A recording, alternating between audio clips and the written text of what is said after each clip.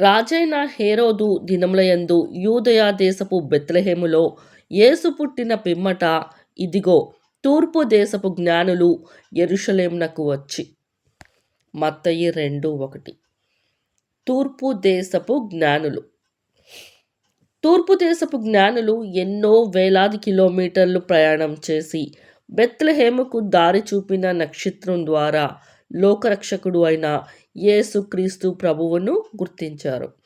తద్వారా ఆనందభరితులయ్యారు. తూర్పు దేశపు జ్ఞానులు నక్షత్రమును వెంబడించారు. నక్షత్రంనకు వెలుగుకు సూచన. దేవునిని నమ్మేవారు చీకటిలో నడవరు, వెలుగులోనే నడుస్తారు.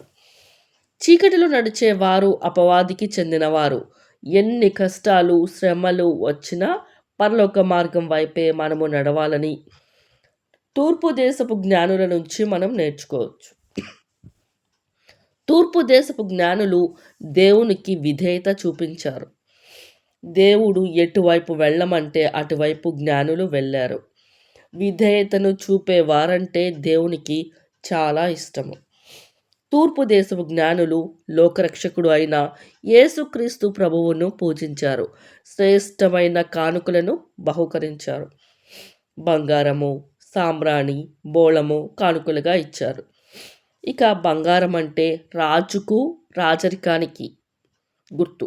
సాంబ్రాణి ప్రధాన యాజకుడికి, బోళము వదకు తేబడిన గొర్రెపిల్లగా అని అర్థం.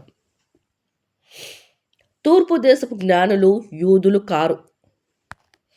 లోకరక్షకుడు యేసుక్రీస్తు ప్రభువు కేవలం ఇజ్రాయేలు రక్షకుడు మాత్రమే కాదు, సమస్త మనుషులకు రక్షకుడు అని వీరి ద్వారా మనం తెలుసుకోవచ్చు. ఈ లోకంలో మనకు ఎన్ని కష్టాలు, బాధలు, సమస్యలు, వేదనలు మొదలైనవి వచ్చినా జ్ఞానుల వలె మనము కూడా వాటిని భరిస్తూ పరలోక రాజ్యం వైపు నడవాలి. అన్నిటికంటే జ్ఞానులు తమ జీవితంలో నక్షత్రం ద్వారా లోకరక్షకుడైన యేసుక్రీస్తు ప్రభువును కనుగొన్నారు.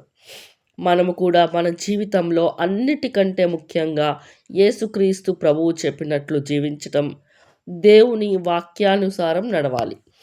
జ్ఞానులు దేవునికి విధేయత చూపించిన ప్రకారం మనము కూడా ఎప్పుడు దేవునికి విధేయత చూపించాలి. విధేయత కలిగి జీవించేవారు దేవునికి ఇష్టం. అవిధేయత కలిగి జీవించేవారు సాతానుకు ఇష్టం. యథార్థ హృదయంతో దేవుణ్ణి వెంబడిస్తే దేవుని కనుగొనమని జ్ఞానుల ద్వారా తెలుసుకోవచ్చు.